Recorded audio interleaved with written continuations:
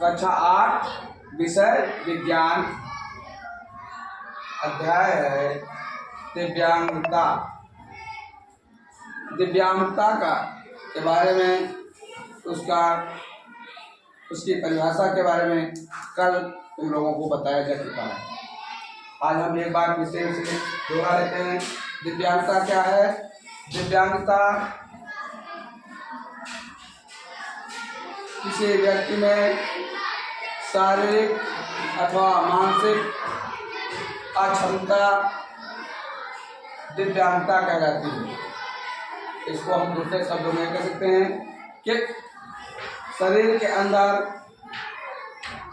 शारीरिक रूप से अथवा मानसिक रूप से यदि कोई कमी हो तो उसे दिव्यांगता कहते हैं। आज हमारा प्रकरण है दिव्यांगता के प्रकार। आज हम पढ़ेंगे दिव्यांगता के प्रकार। दिव्यांगता के प्रकार में दिव्यांगता के प्रकार में वर्तमान समय में कुल 21 दिव्यांगताएं हैं। 21 प्रकार के दिव्यांगताएं, जिसमें प्रमुख कुछ दिव्यांगताएं हैं जो हमारे कोर्स में हैं। पहला है दृष्टिबाधित दिव्यांगता। दृष्टिबाधित दिव्यांगता वह दिव्यांगता होती है जिसमें व्यक्ति आंशिक रूप से अथवा पूर्ण रूप से देखने में अक्षम होता है। अतः आंशिक या पूर्ण रूप से देखने में अक्षम व्यक्ति दृष्टिबाधित विकलांगता से ग्रसित माना जाता है। इस प्रकार की विकलांगता को दृष्टिबाधित विकलांगता। दूसरा है लोकोमोटर दिव्यांगता। लोकोमोटर दिव्यांगता का वह प्रकार है जिसमें हड्डी, जोड़ों और मांसपेशियों की अक्षमता आती है। इसमें हड्डियां, मांसपेशियां और जोड़ों में आंशिक या पूर्ण अक्षमता पाई जाती है। तीसरा नंबर पर आता है बौद्धिक दिव्यांगता या मानसिक दिव्यांगता।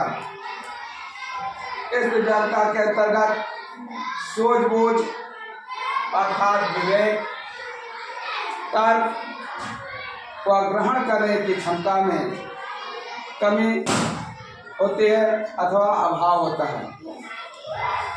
ऐसी दिव्यांगता बौद्धिक दिव्यांगता या मानसिक दिव्यांगता कहलाती है। श्रवण दिव्यांगता। श्रवण दिव्यांगता का वह प्रकार होता है जिसमें व्यक्ति को सुनने में आंशिक अथवा पूर्ण रूप से परेशानी होती है या सुनाई नहीं पड़ता है। इस प्रकार सुनने के आंशिक अथवा पूर्ण रूप की अक्षमता ही श्रवण दिव्यांगता कहलाती है। फिर आता है 5वें नंबर पर डिस्लेक्सिया। डिस्लेक्सिया वह दिव्यांगता है जिसमें पढ़ने संबंधी विकार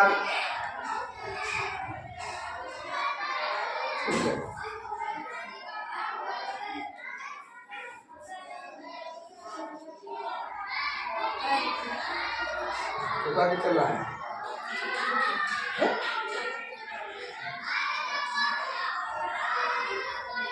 डिस्लेक्सिया पढ़ने संबंधी विकार।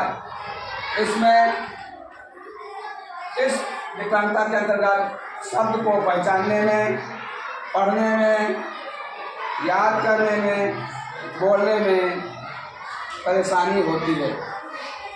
लेकिन यह विकलांगता जो है दिव्यांगता या मानसिक बीमारी नहीं है।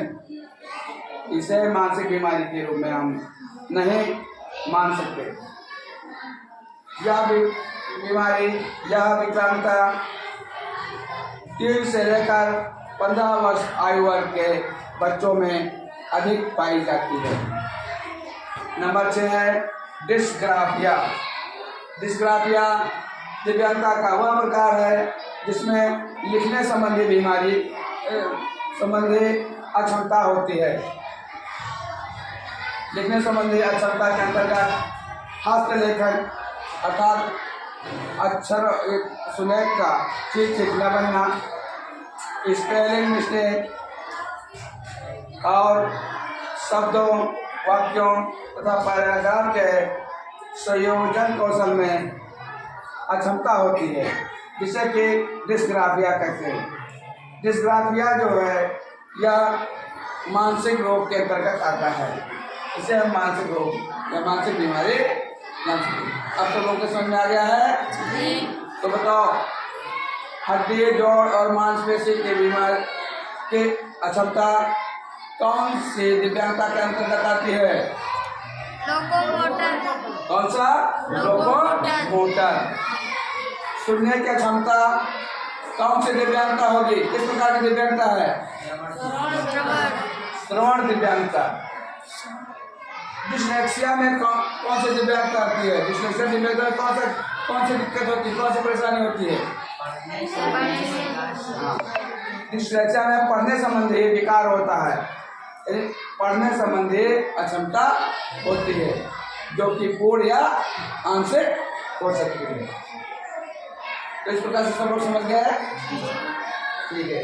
अब अगला है प्राथमिक उपचार। प्राथमिक उपचार क्या है, इसकी आवश्यकता में क्यों पड़ती है, इसके अंतर्गत क्या क्या आता है, इसके बारे में पढ़ेंगे। प्राथमिक उपचार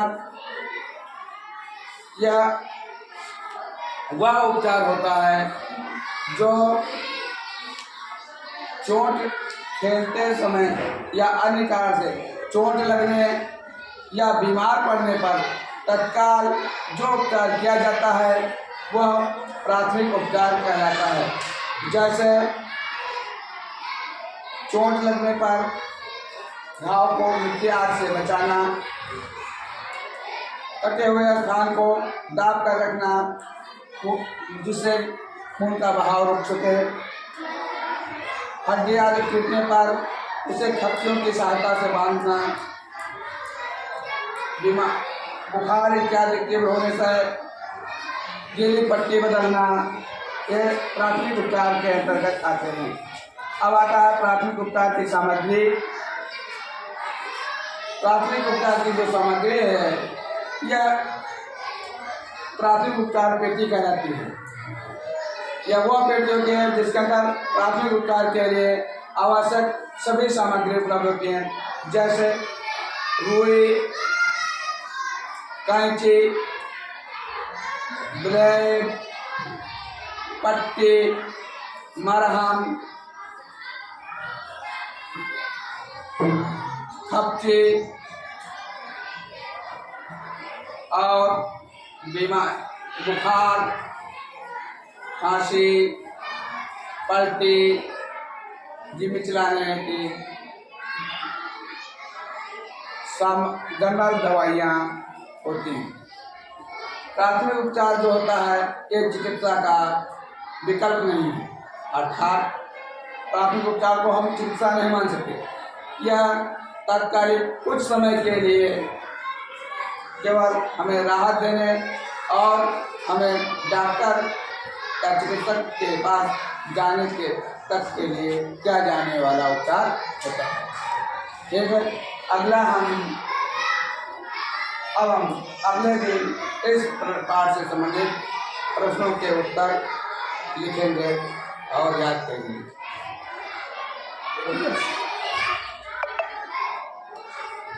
बंद करो।